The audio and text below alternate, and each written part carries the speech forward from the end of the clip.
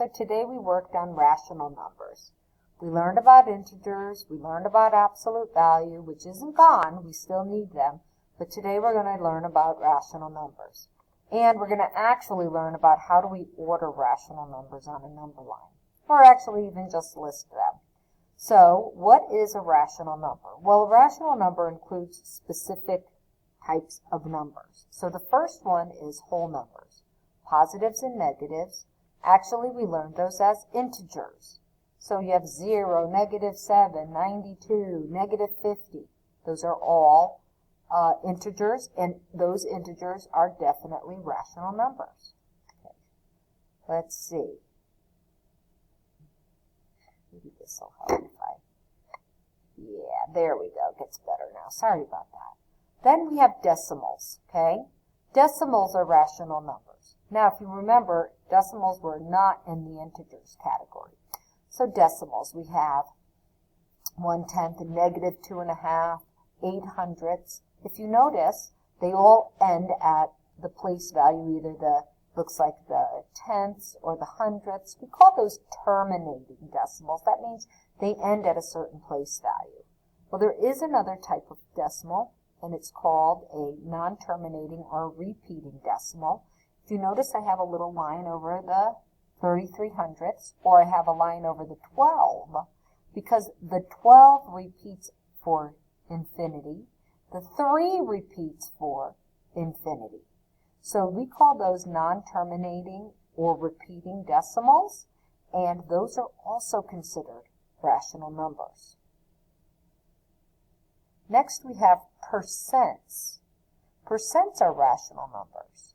100%, 57%, 132%. Any number as a percent is a rational number. And then the final one is fractions that we're talking about. Actually, I'm going to give you a little introduction, but we're not going to stay with fractions today, and you'll see why in a moment. So fractions can be mixed numbers, regular fractions, improper fractions, negatives. Those are all rational numbers. So we are focusing today on ordering these rational numbers. I put a star by the ones that we are focusing on. Tomorrow we'll spend some time with fractions. But there are steps to ordering rational numbers, and you know I'm a huge fan. Now, first step is to convert numbers to like terms. What does that mean? That means they either all have to be decimals or they all have to be fractions.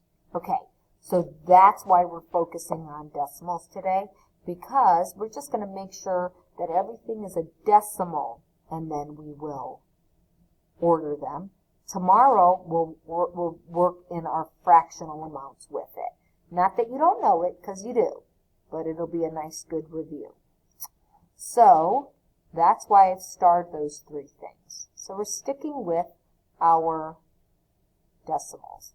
Now, the next step, after we've converted everything to a decimal, you look for the positives and the negatives, because it's easier to look for all the positives or all the negatives and then put them in order. Now remember, with positives, the farther right on a number line, the greater the value. So if I have 0 to 50 on my number line and I put in my number 1, I didn't put all the tick marks in between, 50 is greater than 1. And I'm actually going to write that over here. 50 is greater than 1. We know that. But let's take a look at how it works on for the negatives. Now remember, these are opposites, so the farther left on a number line,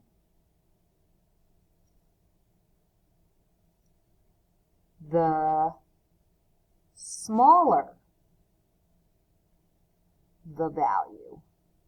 Okay, so we're going to make a similar number line, but I'm going to start 0 over here, and I'm going to put a -1 and a -50.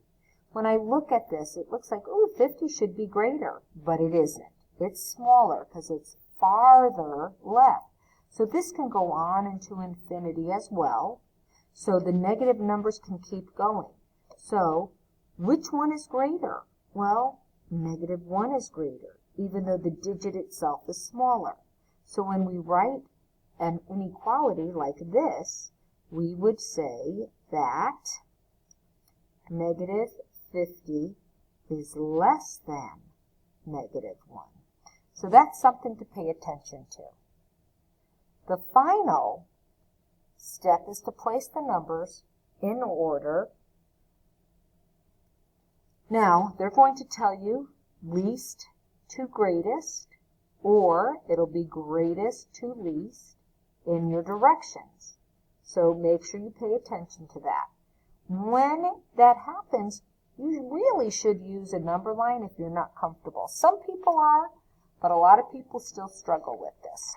So let's take a look at what we need to do. So here is my example.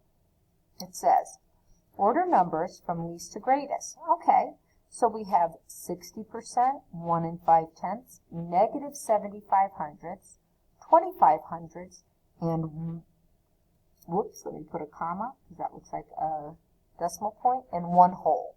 Okay, so step 1, what did we say it was? It was to convert the numbers to decimals.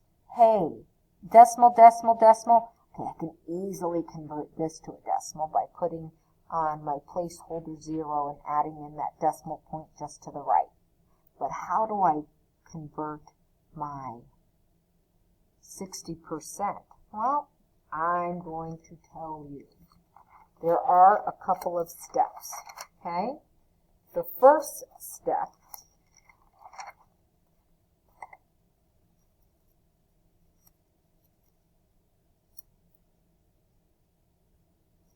is to move your decimal 2 place values to the left. My second step is to remove the percentage sign. Okay, so, and just so that I know, I'm going to say convert to decimal.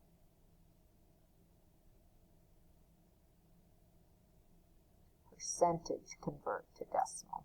Okay, just to be on the safe side.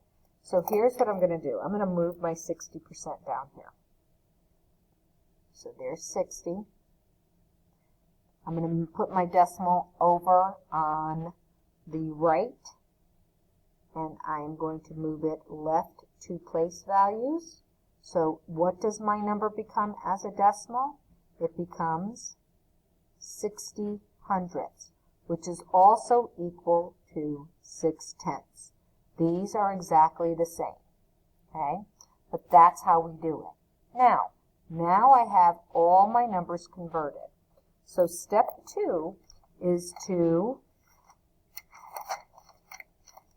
look at the positives and negatives, and then I have to place my numbers in. So here's what I'm going to do.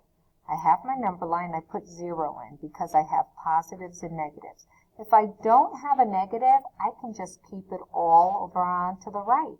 If I don't have a positive, I can just go all the way to the left. But since I have both, I put them both here. Now, I am going to start with my positives because positives are always a little bit easier for me. Now, I'm going to look at all my numbers. I stop and I assess. What's my largest number? 1. That's larger than all of these. Oh, but this one is my largest. So I'm going to say 1 here, and I'm going to say a negative 1 here. I'm going to make sure I have my whole number and its opposite. Okay?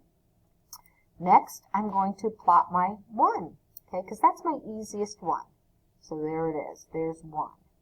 And I'm going to check mark it because I know I did it. Now I'm going to go to 1 1/2. Well, I know if 2 was here, 1 1/2 would be right here. So I'm going to make that 1 1/2.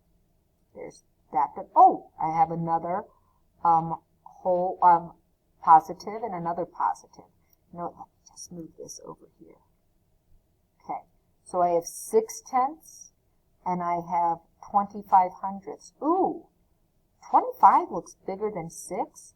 However, when I compare my place value, because tenths is greater than hundredths, 6 is greater than 2, so I know that 6 is going to be closer to the 1. The whole number is 0, so it's not at 1. So I would say this is about 6/10. And then where would 25/100 be?